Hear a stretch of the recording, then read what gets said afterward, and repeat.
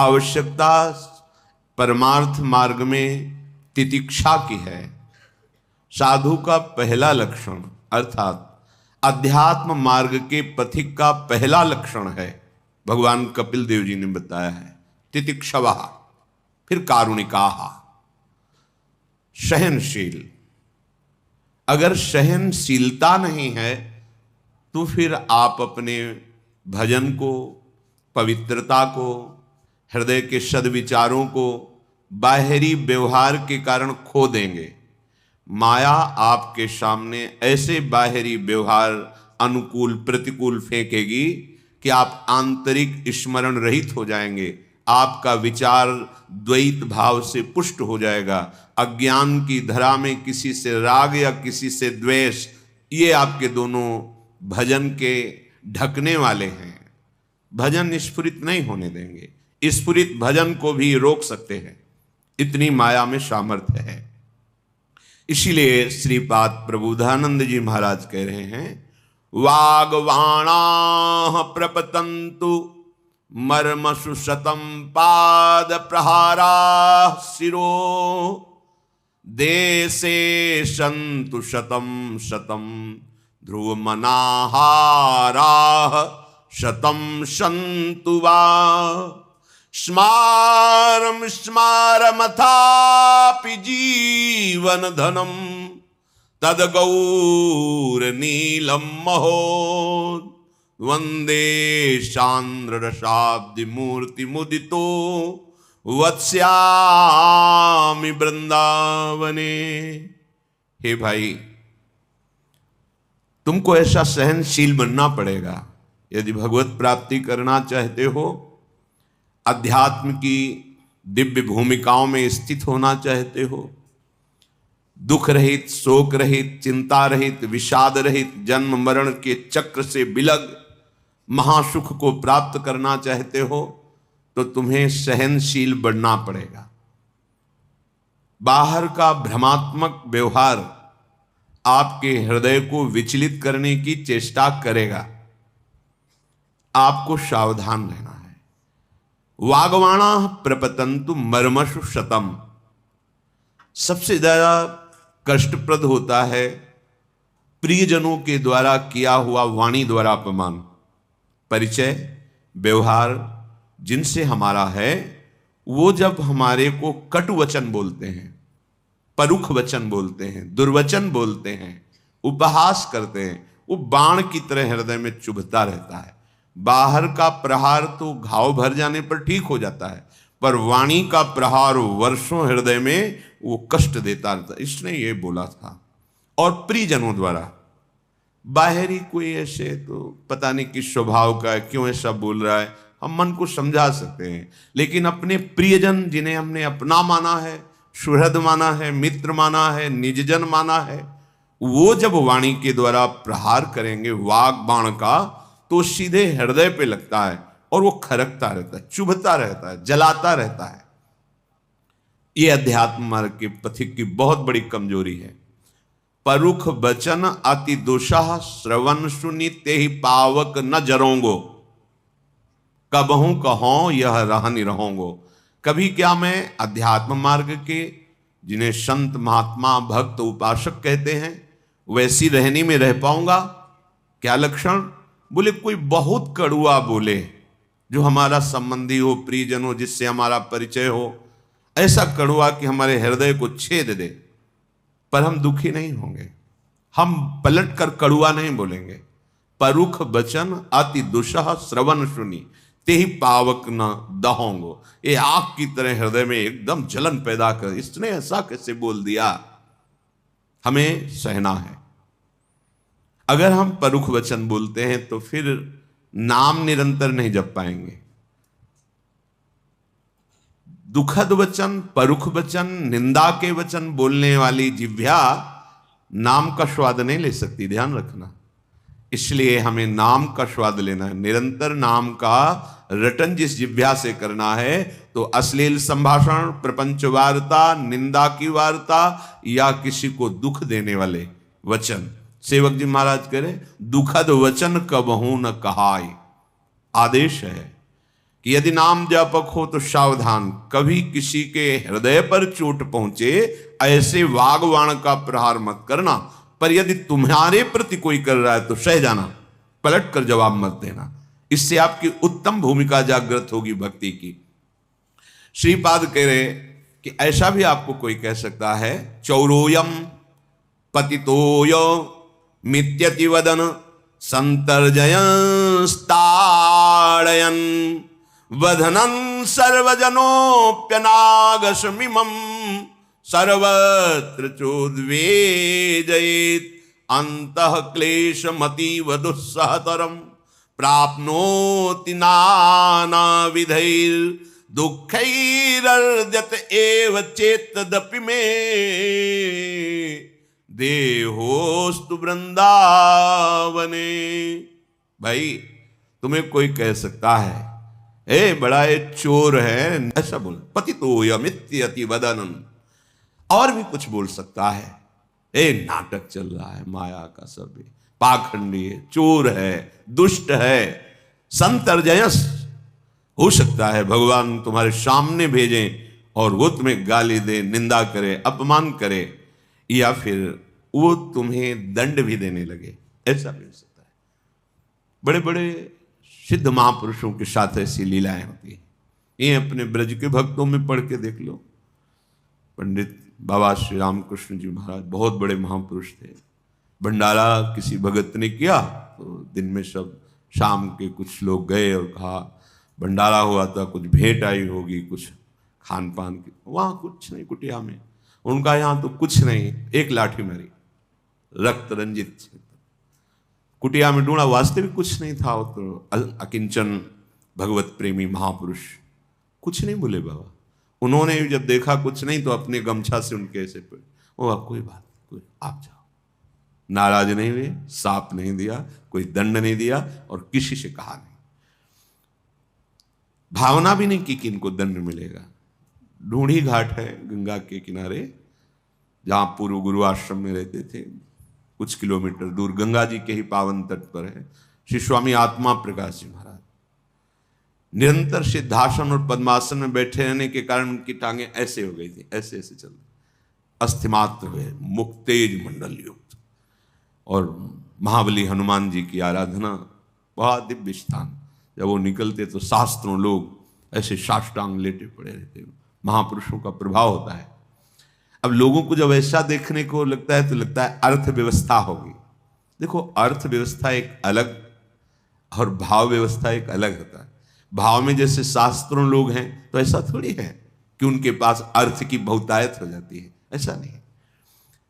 जो हमने पूर्व महापुरुष देखे, कोई फीस नहीं, किसी भी तरह से किसी भी तरह के कि आप पर्चा भरिए, ऐसे नहीं। संत और भगवंत ये तो अपने घर के हैं। हमारा भाव बनता है, फल फूल चढ़ा देते हैं, नहीं बनता है तो हम आपके हैं, आपके जन हैं। वो मतलब वहाँ ऐसा नहीं होता कि ये ऐसा। तो कुछ जो आसपास के ग्रामीण लोगों थे उनको लगा कि शास्त्रों लोग बड़े बड़े अधिकारी जन भी आते तो अच्छा धन होगा। रात्रि में अब संतों के पास कोई फौज तो रहती नहीं, भागवतिक तो रामबाग की बाउंड्री थी, फांद करके गए। ऐसे महापुरुष जिनके अस्थिमात, उनको डंडों से मारा। कहाँ है धन, कहाँ है? ये जो आसुरी प्रवृत्ति के लोग होते हैं, कभी किसी का स्पर्श नहीं, रामबाग में किसी का प्रवेश नहीं, ऐसे अकिंचन महापुरुष। और वैभव तो झूमता ही था क्योंकि भगवद आराधना हो रही। तो पर आप सुबह बड़े बड़े अधिकारी जो उनको प्राणों से भी अधिक प्यार करते थे, कानपुर साहब भाई, आप केवल बता, वो जानते थे, वैसे भी सिद्ध पुरुष थे, वैसे भी व्यवहार में जानते थे कि अमुक गांव के अमुक लोग हैं। पूछा तो उनका मुझे कुछ पता नहीं। नहीं, क्यों मारा, कहाँ के लोग थे, कि आप थोड़ा तो संकेत। बोले हमें कुछ पता ही नहीं। जब इन्होंने कहा हमें कुछ पता नहीं तो 1 महीने के अंतर्गत उन लोगों की ऐसी दुर्दशा हुई कि वो चिल्ला चिल्ला के कहते कि हमने किया, महाराज मुझे क्षमा कर दें, हमने ऐसा किया। ये भी हमें नहीं सूचना कि उनको कष्ट मिले, ऐसा नहीं। जो अपराध भक्त कर करई, राम रोष पावक सजरई। पर हमें क्या चाहिए? हमें अपने हृदय की भूमिका बढ़ानी, भक्ति की। यदि हमें जीवन मुक्त होकर परमानंद का अनुभव करना है तो चौरोयम पतितोय मित्यति वदन संतर्जयस ताड़यन, ताड़न माने पिटाई हुई अगर कर दे तो चुपचाप सहन। ये संसारिक पुरुष की बात नहीं, देखो यहां तर्क वितर्क की जरूरत नहीं, ये यहां सामर्थ्य होते हुए भी, भागवतिक और शारीरिक दोनों सामर्थ्य व्यवहारिक होते हुए भी सहना लिखा है। नीचापमानम शुद्धा, नीच पुरुष जिस पर आप शासन कर सकते हैं, जिसको आप दंड दे सकते हैं भली भांति, उसके द्वारा किया हुआ अपमान, उसके द्वारा किया हुआ प्रतिकूल व्यवहार, ये भगवत मार्ग है। थोड़ा उल्टा है, जागतिक व्यवहार से उल्टा है। और हमें गाली दी, भगवान तुम्हारी बुद्धि शुद्ध करें कि कभी दोबारा किसी संत महात्मा को गाली न दो और तुम भगवान को प्राप्त हो, तुम्हारा हृदय शीतल रहे, तुम स्वस्थ रहो, तुम्हें कोई भी ऐसी दुराचार प्रवृत्ति परास्त ना कर सके, ऐसा संतों का भाव होता है। यदि कोई मुझ निरापराधी को बधनन सर्वजनोप्यनागशमिमं सर्वत्र चोद वेदयेत अंतः क्लेशमतीव दुस्सहतरम प्राप्नोति नाना विधैर्य। वो नाना विधान से मुझे उद्विग्न करना चाहे, गाली दे के, छेड़ के, नाना प्रकार के विघ्न, तो मुझको यद्यपि असह्य पीड़ा हृदय में होगी, कह रहे अंतः क्लेश मतीव दुस्सहतरम, जब कोई पीड़ा देगा, गाली देगा, अपमान करेगा, निंदा करेगा, माना हमारी ऐसी स्थिति नहीं है कि हमारे हृदय में चोट ना पहुंचावे, ऐसे पीड़ा होगी, पर हम उस पीड़ा को तो गिनेंगे ही नहीं, क्योंकि हम प्रभु की प्राप्ति के लिए चले हैं। हम अगर इन पीड़ाओं की तरफ देखेंगे तो परमानंद प्रभु का साक्षात्कार नहीं कर पाएंगे। जब आपके अंदर ये भाव होगा तो आपकी सुरक्षा नाम करेगा, नामी करेगा। अम्बरीश जी को पता थोड़ी था कि सुदर्शन चक्र उनकी सुरक्षा में है, और दुर्वासा जी को भी पता नहीं था। तपोबल में आकर उन्होंने कृत्या पैदा कर दी, तब पता चला कि ऐसे महाभागवत की सुरक्षा में महान दिव्यास्त्र सुदर्शन जी विराजमान है। काट के कृत्या को भगाया दुर्वासा जी को त्रिभुवन में, कहीं शांति नहीं मिली। अम्बरीश जी के चरण पकड़े आकर। ऐसा नहीं कि आपको कोई सताता चला जाएगा और आप चुपचाप सहन कर रहे हैं, उसका कुछ नहीं होगा, ऐसा नहीं है।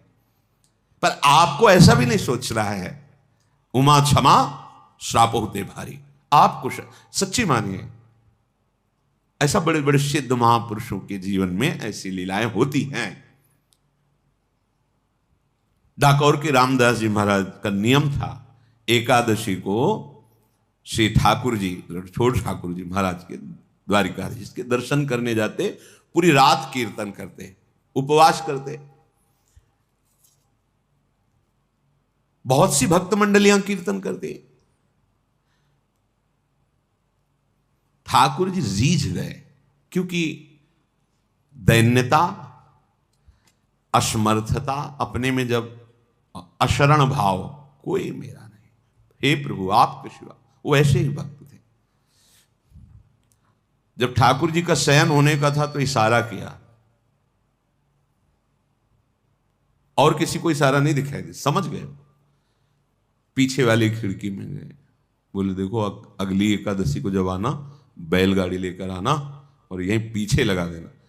हमको तुम इतने प्यारे लगते हो कि अब हम तुम्हारे साथ रहेंगे। अरे बोले ठाकुर जी हमारे पास तो भोग की भी व्यवस्था है। अरे वो सब हो जाएगा, काम चल जाएगा, हम जैसे तुम रहते हो ना ऐसे ही हम रह लेंगे, तुम गाड़ी ले आना और बस हमको ले। बोले वृद्ध शरीर हम आपको उठाएंगे कैसे? बिल्कुल हल्के हो जाएंगे हम। अब हमारा कैसे हो, इतने सब कोई नहीं जानेगा। जब शयन करा देंगे ना, पीछे वाली खिड़की में, बात पक्की ठाकुर जी, कोई नहीं जाना। अगली एकादशी को बैलगाड़ी लेकर, तो कुछ भक्तों को लगा बूढ़े हैं तो बैलगाड़ी में आए हों। बैलगाड़ी पीछे मंदिर के खड़ी की और खूब कीर्तन, सब सामने चल रहा है। दरवाजा बंद हुई, शयन हो गया। ठाकुर जी ने जहां इशारा किया पीछे गए। ठाकुर जी ने सब श्रृंगार धारण किया अपने हाथ। शयन के समय श्रृंगार उतार दिया जाता है, पर दिव्य आभूषण, रत्न जटित, मणि जटित सब ले गोद में हमें और विराजमान करो गाड़ी पे। तो उनका नहीं, ये आभूषण नहीं। देखो अगर चलना है तो हमारे प्राणनाथ, हम आपके बिना कैसे रहते हैं। तो पर आप इतना प्यार प्रभु, ये जो आपकी सेवा में जन रहते हैं, ये आभूषण हम एक नहीं ले चले, ये उनके लिए छोड़ दो। नहीं हमारे ही तो, उनके थोड़ी। बोले फिर हम नहीं ले चले, वो अच्छा उतार देते हैं सारे आभूषण ठाकुर ने उतार। प्रभु को गोद में लिया, फूल जैसे प्रभु गाड़ी में विराजमान किया। बोले जल्दी जल्दी गाड़ी हाँको, नहीं सुबह हो जाएगा, फिर दरवाजा खोलेंगे, हम मिलेंगे नहीं, फिर ढूंढेंगे गाड़ी। डाकोर की तरफ गाड़ी चल। अब प्रातःकालीन वेला पे जब मंदिर खुला तो केवल शैया में वस्त्र ही वस्त्र, ठाकुर जी नहीं। ऐसा कैसे हो सकता है? दरवाजा अंदर से बंद, खिड़की अंदर से बंद। वे बोले रामदास जी गाड़ी लेके आए थे, पहले तो पैदल आते थे, हमें लगता है कि ठाकुर जी उनकी कोई बात हो गई है और ठाकुर जी भक्ताधीन है, लगता है उनके साथ चले गए, तो उनको ले नहीं जाना चाहिए। लाखों करोड़ों भक्तों के प्राण ठाकुर जी है, ऐसा हमारे तो जीवन ही है, हमारा तो जीवन ही है। अब पक्का निश्चय हो गया कि ऐसे रिजवार ठाकुर जरूर रामदास जी के पीछे पीछे भागे सब, कोई घोड़े पर सवार, कोई प्राण थे ठाकुर जी, भाला लेकर, लाठी लेकर सब। अब बैलगाड़ी कोई घोड़े से ज्यादा थोड़ी तीव्र चल पाती हो, तो धीरे धीरे आराम से चलते हो घोड़े से। टॉप की धूल सुनाई दी, घोड़ों की धूल दिखाई दी, टॉप सुनाई दी, तो बोले प्रभु वो आ रहे हैं सब। बोले तो आएंगे ही। बोले फिर हमें तो मारेंगे और आपको ले जाएंगे। हाँ ये बात तो है, तो ये सरोवर है छोटा सा, इसमें मुझे छुपा दो और तुम जाओ, इसमें छुपा मुझे। छुपा दिया। अब वो आए, बड़ी मार लगाई रामदास जी की, यहां तक कि घाव भी। कहाँ है ठाकुर जी? अब वो कुछ बोल नहीं रहे थे, पर दृष्टि उधर ही थी जिधर ठाकुर जी थे, प्रेमी की दृष्टि। उधर देखा तो सरोवर से रक्त युक्त जल दिखाई दे रहा। कूदे तो देखा ठाकुर जी के घाव ही घाव, जहां मारा था राम। नहीं हमें नहीं जाना तुम्हारे साथ। ठाकुर जी बोल पड़े, नहीं जाना तुम्हारे साथ। अरे नहीं प्रभु, आप ऐसा कैसे कह रहे हैं? आप तो हमारे जीवन कोई अपराध हो गया तो हमें नहीं नहीं, हम रामदास जी के रिजवार हैं, हम रामदास जी के जात। गाड़ी में आके ठाकुर जी बैठे, नहीं जाएंगे। पार्षद उनका, प्रभु आप जानते हैं हमारा जीवन है, लाखों भक्तों की जीवन है। तो उनका अगर रामदास जी हमारे बराबर सोना दे दें तो, और हमारा एक प्रतिबिंब यहां से ले, हम दो रूप में हो जाते हैं। एक तो रामदास जी के साथ जाएंगे और हमारा जो दूसरा रूप है वो आप विराजमान कर लेना। हाँ बोले ये तो ठीक रहेगा, क्योंकि सेवा भी मिल जाएगी और ठाकुर जी वो तो देख समझ ही रहे थे कि कितना वजन, इतना मिल जाएगा, हम सब सेवक बांट लेंगे आजीवन के लिए।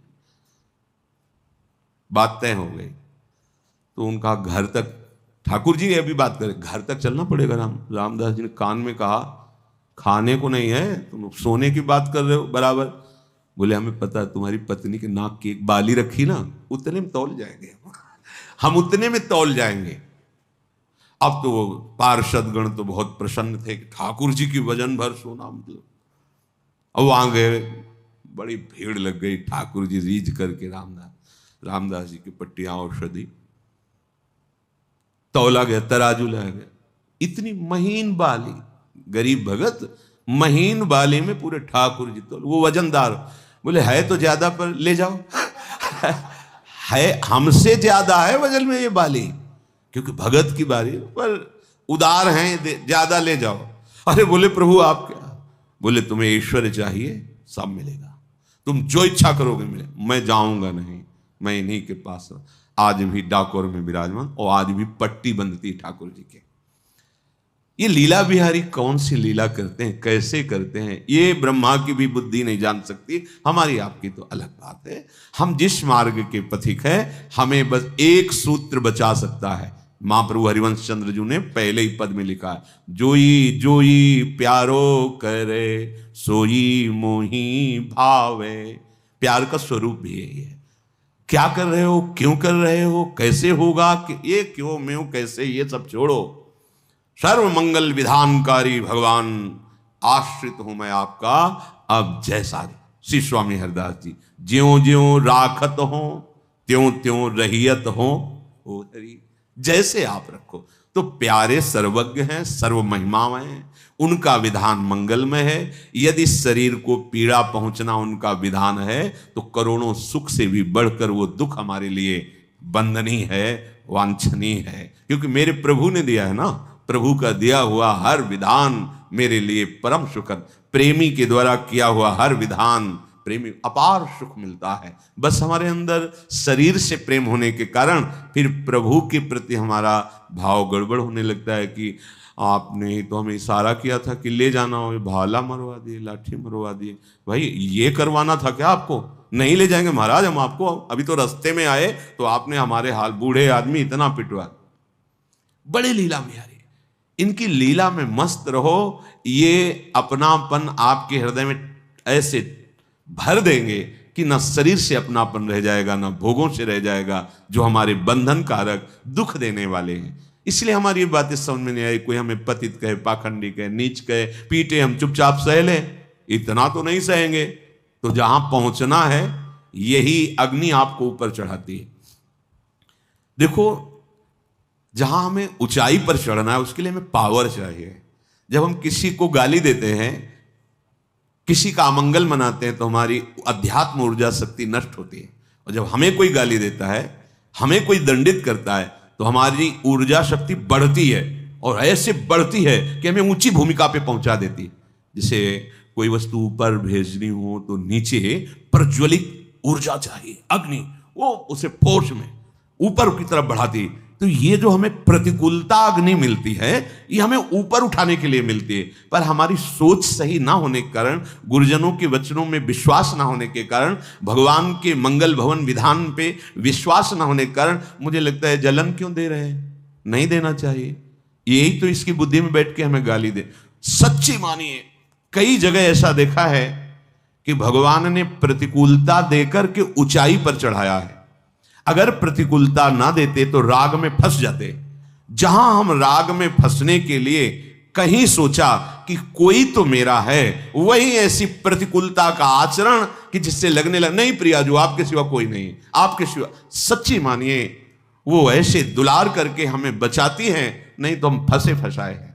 दूसरी बात, जब हमने प्रभु को अपना जीवन दे दिया, शरणागति का मतलब है तनु वांग मनोभिर अमलई सोहम तविवाश्रिता। मेरा शरीर, मेरी वाणी, मेरा मन और मैं स्वयं आपका हूं, बिका हुआ दास।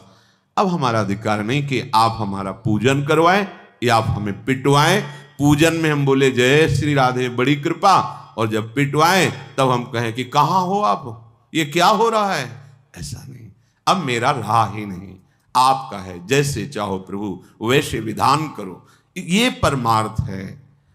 अगर ज्ञान से देखो तो जैसे अपने दांत से अपनी जबान कट जाए तो हम किसको दंड देंगे, अपने हाथ से अपना शरीर पीड़ित हो जाए हम किसको दंड देंगे, क्योंकि मेरा ही हाथ है। ऐसे ही आत्मस्वरूप शब्द, तो वहां ऐसा अगर हम सहना नहीं सीखेंगे तो भक्ति में आगे नहीं बढ़ेंगे। सहत सहत बाढ़ है भगति, गृह तन गुरु हितगार। कई बार सुनाया है, महापुरुषों से ही हमें बल मिलता है। पूज्यपाद उड़िया बाबा जी महाराज बड़े महापुरुष, मतलब हृदय लट्टू हो गया, जैसे नहीं कहते लुट गए। जिस समय बाबा की वाणी और बाबा का कृपा प्रसाद गंगा की, यही आदर्श महापुरुष संन्यास मार्ग के हमारे जीवन के आदर्श पूज्यपाद श्री उड़िया बाबा के वचन, उड़िया बाबा की जीवनी। सभा में उनको निंदा की, बड़े विद्वान सन्यासी ने, उनका नाम नहीं लेंगे, क्योंकि हरि बाबा के संग बैठ जाते थे बाबा, और हरि बाबा प्रणव का उच्चारण सबसे ओम ऐसे सब, और शास्त्रीय सिद्धांत में प्रणव का कुछ नियम है और प्रणव की कुछ विधियां की इस तरह से इतना, और वो ही ऐसा बोल सकता है, सबके लिए नहीं ऐसा। बाबा कहते हैं हरि बाबा भगवत प्राप्त महापुरुष हैं, वो जो करते हैं सब ठीक करते हैं, उनके विषय में किसी को। तो उस बात को लेकर, दूसरी बात कि आप ब्रह्म मार्ग के सन्यासी कीर्तन में आप सम्मिलित होते हैं, ऐसे जिनको दोष दर्शन करना होता है उनके लिए बहुत सी सामग्री रहती है। तो सभा में बाबा की निंदा की, बाबा शांत ऐसे पद्मासन लगाए बैठे थे। माइक मिले और विद्वता हो और ईर्ष्या हो अंदर तो फिर क्या कहते, झड़ी लग जाएगी। और श्लोक बोल के ये बाबा शांत, कोई भी हलचल नहीं। बाबा के जो न्याय, एक से एक व्याकरणाचार्य, एक से एक विद्वान महापुरुष,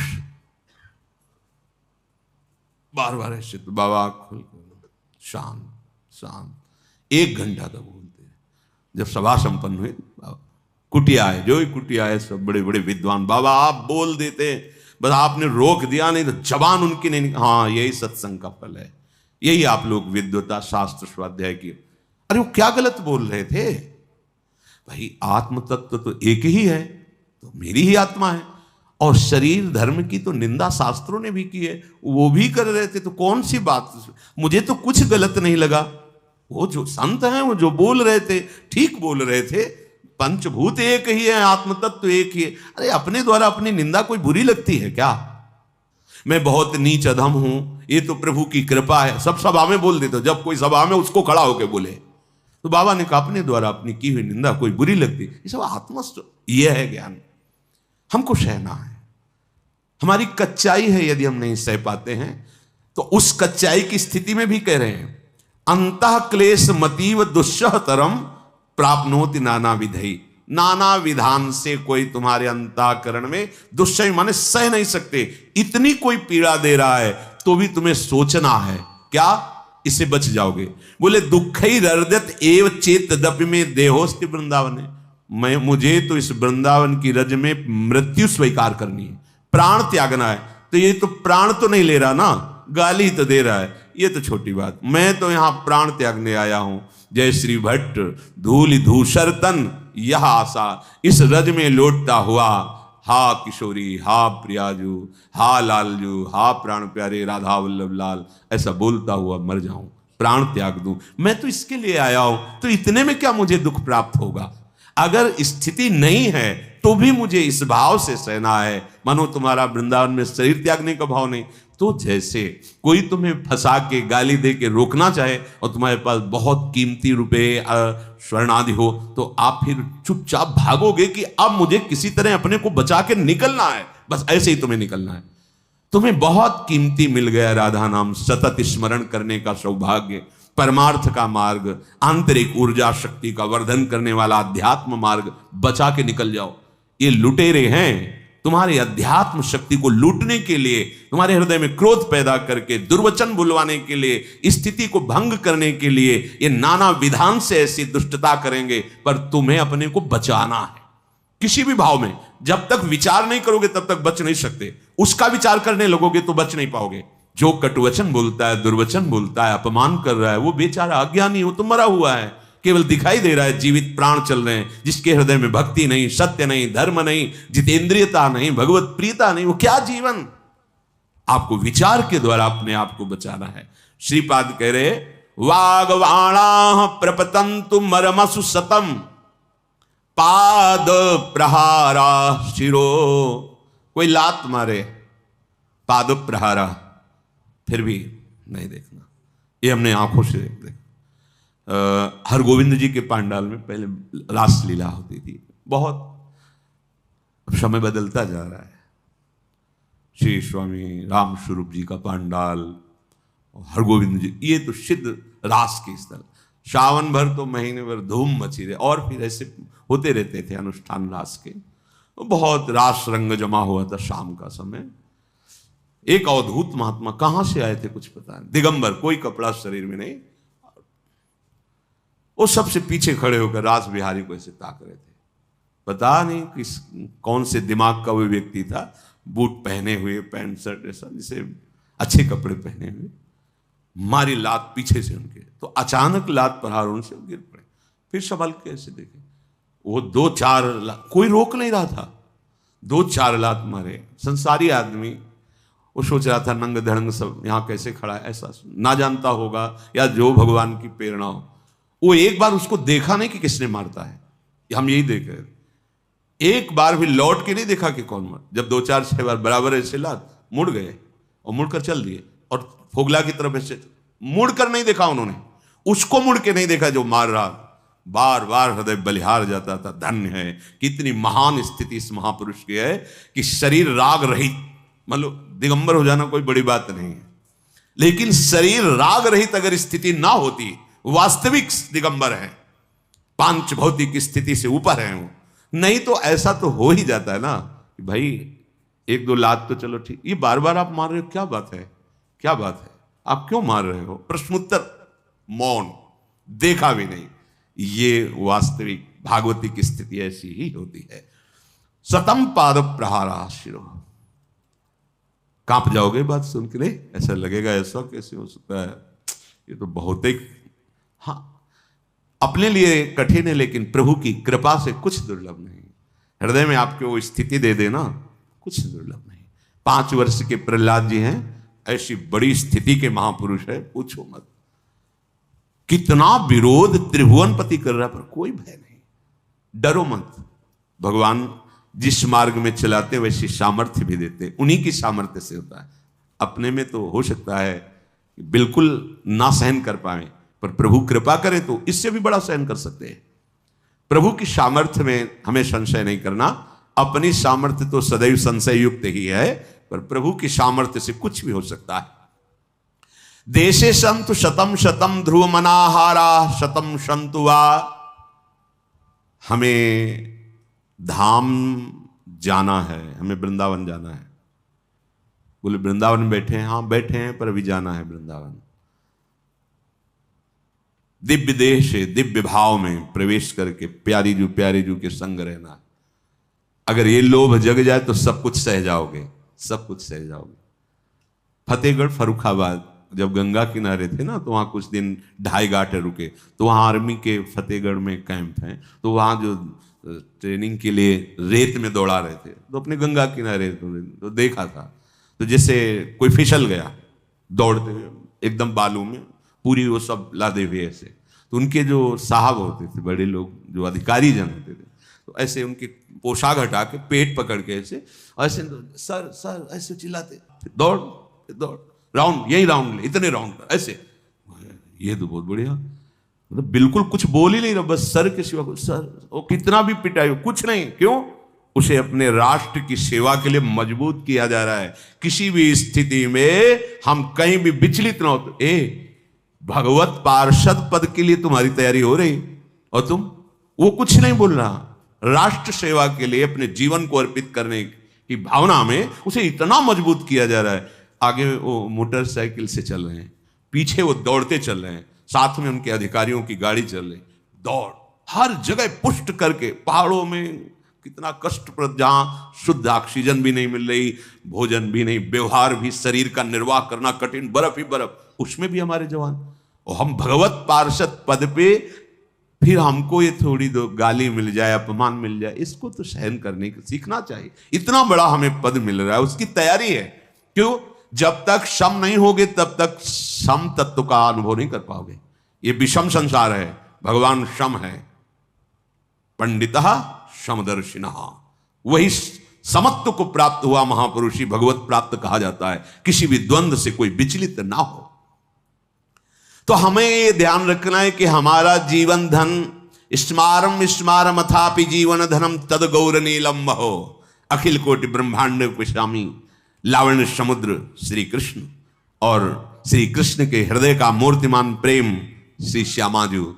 हमें इनके पास जाना है, हमें इन्हें प्राप्त करना है, इनकी सेवा में जाना है। इसलिए सब कुछ सहूंगा, कभी आह नहीं निकलेगी। अपने प्यारे को पाना है। जहां दृढ़ निश्चय ऐसा हुआ तो शांद्रा रसाम्बुद मूर्ति मुदितो वत्स्यामि वृंदावने, तुम्हें नित्य धाम का वास मिल जाएगा, प्रगट भी और चिदानंद धाम का। और आप उत्साह संपन्न होकर प्रिया प्रीतम के समीप सेवा में रहेंगे। ये सौभाग्य बहुत दुर्लभ सौभाग्य है। जुगल जोड़ी सी श्यामा श्याम के संग में रहना अनंत काल तक। कोई रोग नहीं, कोई दुख नहीं, कोई बुढ़ापा नहीं, कोई संकट नहीं, कोई बिछुड़ना नहीं, आनंद ही आनंद, प्रेम आनंद, महासुख हो। इसीलिए ये श्रीधाम वृंदावन भूमि पर प्रकट होकर के हमें अवसर दे रहा है। हम सहे, कुछ ना कहे, और श्यामा श्याम की जय बोलते रहे। सहे सराही सराहे, भोरी सखी जी ने लिखा है। सहे एक होता है, अब क्या करें भगवान हो, जो साहोगे सहना पड़ेगा, ऐसा नहीं। जय हो आपकी, आपकी जय हो। आप जिसमें राजी हो उसी में हम राजी। ये प्रेम देश है, प्रेमियों का देश है।